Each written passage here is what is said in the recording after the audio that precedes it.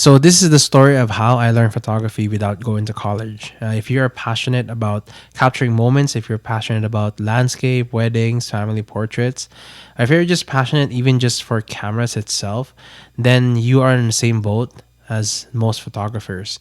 And especially if you don't have time to go to college right now because you're doing something else already, or you're just, you don't have time, you don't have no money to go to college to get a proper education in photography. And once again, you're in the same boat. My name is Tim and I do tech reviews, but I am a landscape photographer where I take photos of landscapes here in Edmonton, Alberta, and as well as just in Alberta in general, wherever I see a good landscape. I really enjoy taking landscape photography and travel photography in general. The reason why I wanted to make this video is that I wanted to encourage somebody today that if you're watching this, hopefully I can encourage you that yes, you can still learn photography even without going to college. And especially, when you have no money, or like you don't have nowhere to start. Hopefully I can encourage you that you can still learn photography and still be successful at it, even where you are right now. Now, I do have notes here. I try to make this as unscripted as possible, but I do have notes here just to make this as raw and authentic as possible. So hopefully stick around to hear what I have to say in this video. So I'll try to do as little as editing as well, once again, to make it more authentic and raw, where I would like to just encourage somebody today about pursuing photography, even if they don't have proper education. Now, just to be clear, I am not a professional photographer. It is, for me, it just started as a hobby, but it did win some awards regarding my photography. One of them is in Moment, where they hosted a Moment challenge a few years back, and I won their Moment challenge, and as well as the camera store, where I won one of their Sony awards, a gift card to their store because I submitted a photo. Now, like, they're not worldwide like competition or anything like that, but it's something that I really enjoy doing. And surprisingly, I did win some awards out of him. So I'm not saying I'm great, I'm not saying I'm good, and I'm just saying I'm decent. I'm just I'm just saying that, like, I really enjoy taking landscape photography, and for somehow it did win some stuff. But why did I get started in photography in the first place? Well, once again, it's because of my passion in landscape, more like travel in general. I enjoyed exploring my city and seeing a beautiful spot and taking a photo of it. And for the most part, it's sharing it online and sharing the beauty to other people. And that's kind of the power of social media in a way, because you can share moments that you have and be able to share it to others, and hopefully they would see it as beautiful as you did in that moment. So I like taking landscape photography, travel photography, anything like that.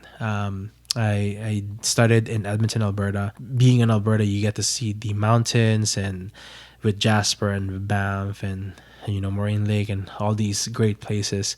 So I really enjoyed capturing those places, and not just capturing them, but being artistic as well in how to capture them. It was in 2018 where I bought my first real camera, which is the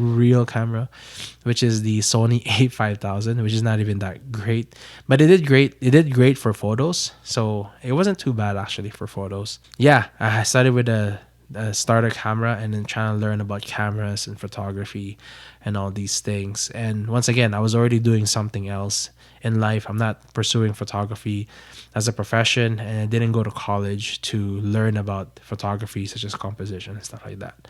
So that's kind of how I started with photography. Now, I know this video is about how I learned photography without going to college, but that doesn't mean that you can't learn other things in college. And photography is such a big part of social media that if you want to land a career as a social media marketer, then I'm excited to tell you about today's sponsor, Southern New Hampshire University, or SNHU.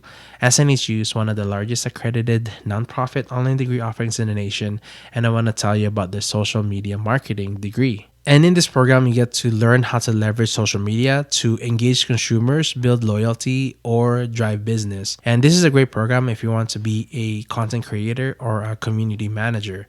And not only that, in this program, you get to learn vital marketing skills such as SEO and advertising campaigns. And what's great with SNHU is they have multiple terms that start throughout the year, so you can complete your degree at your own pace.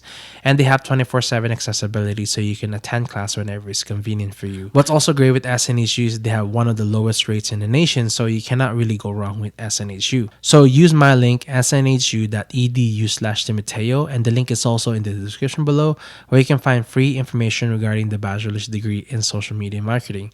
When you press that free information, a real person will hop on a call and discuss how the program will benefit you personally. So once again, use my link to support this channel, snhu.edu/Timateo.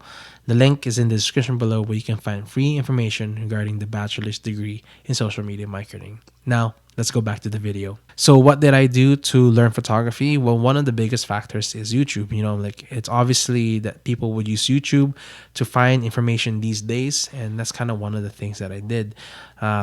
And obviously, for those photographers, the person that really kind of influenced you the most are the OG photography YouTubers, such as Peter McKinnon, Matti Hapoya, and all those guys, right? Like Jesse Driftwood, Chris Howe. That's kind of how I learn more about photography and how to improve in photography. And not only in that, but also explore photography editing, such as Lightroom, and how you can, take your photography to the next level. And it's not just capturing a photo, but also the way you edit them will make sure that your photo will stand out to people. And you can explore more things in photography than just clicking that button. So that's kind of what I did to start photography. Yeah, like I watch tons and tons of videos and how to improve and learn about shutter speed, aperture, ISO, what makes a good photo, and what's considered a good composition. For the most part, it worked. Like, I really improved.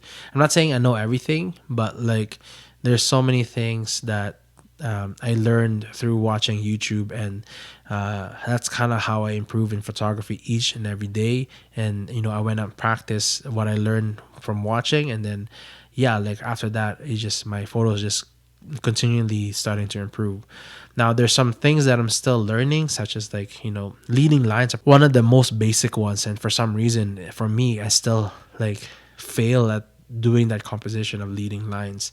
So I'm not perfect, but I'm still learning right now. But those are the things that I did to learn photography. So what am I doing now to continue learning is, once again, it's still watching people, learning about posts, like what people are posting, really studying why they took that photo in the first place, what rules did they use, what rules did they broke, like, are they using rule of thirds, are they using the golden spiral, what color scheme is there, and stuff like that. And really watching people and how they capture moments and why is it so captivating, and really studying it. Basically, what I'm trying to say is that sometimes community is how you can learn and improve in your photography. So I really, really encourage somebody to engage in community if you want to learn photography in general. Community is there, and it's one of the biggest tools.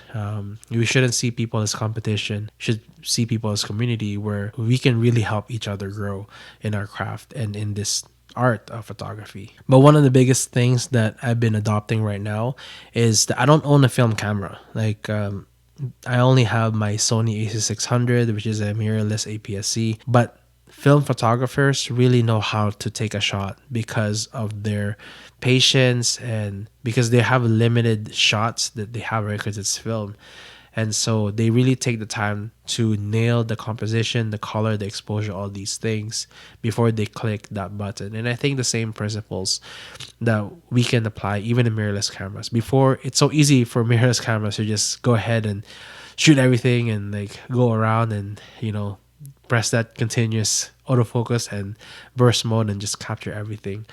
But I think if you take the principle of pausing, when before you take the shot, really looking at the composition, the story that's behind that photo. I think that'll set you apart in your photography, and that's how you can improve in your photography when you take those principles. So learn from film photographers and see how they approach their approach on photography. And I think taking that approach in our photography now is going to help us improve. And lastly, and it really applies to everything, but practice, right? I think the more we practice, the more we get to see why this worked, why this didn't, and so we can, improve every single time we, take a photo. So we need to learn how to practice and just don't be afraid to just go out and just shoot. Um, don't be afraid to post. Don't be afraid to get it perfect all the time, because you won't. Just post your journey online, and once again, people are going to criticize, sure, but at the same time, there's going to be people who's going to encourage you. It is those encouragement, it is those people that's going to build that community.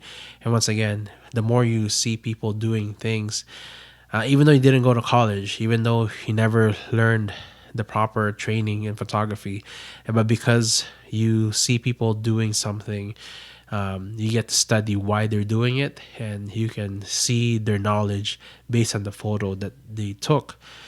So yeah, that's the great thing about photography. You can build community, you can build a relationship with people. You can see the story, even just the photo that they took. And so that's kind of what I just wanted to do in this video today, is encourage you that there are so many things that you can do to improve in your photography, or even get started in photography without going to college. And I'm not saying that you shouldn't go to college for photography. If you want to go to college for photography, by all means, go ahead. I'm not letting don't let me stop you.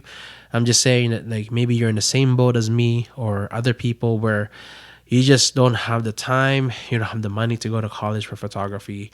Right now you're probably doing something else, you have other priorities, but you want to go into this art. Then I'm suggesting that you should go for it. There are things that you can still go ahead and you can still improve in your photography and get started in photography without going to college. So yeah, that is it for today's video. Thank you for watching. If you like this, make sure to hit that like button, subscribe if you like this, and as well as see you in the next video. Thank you so much for watching.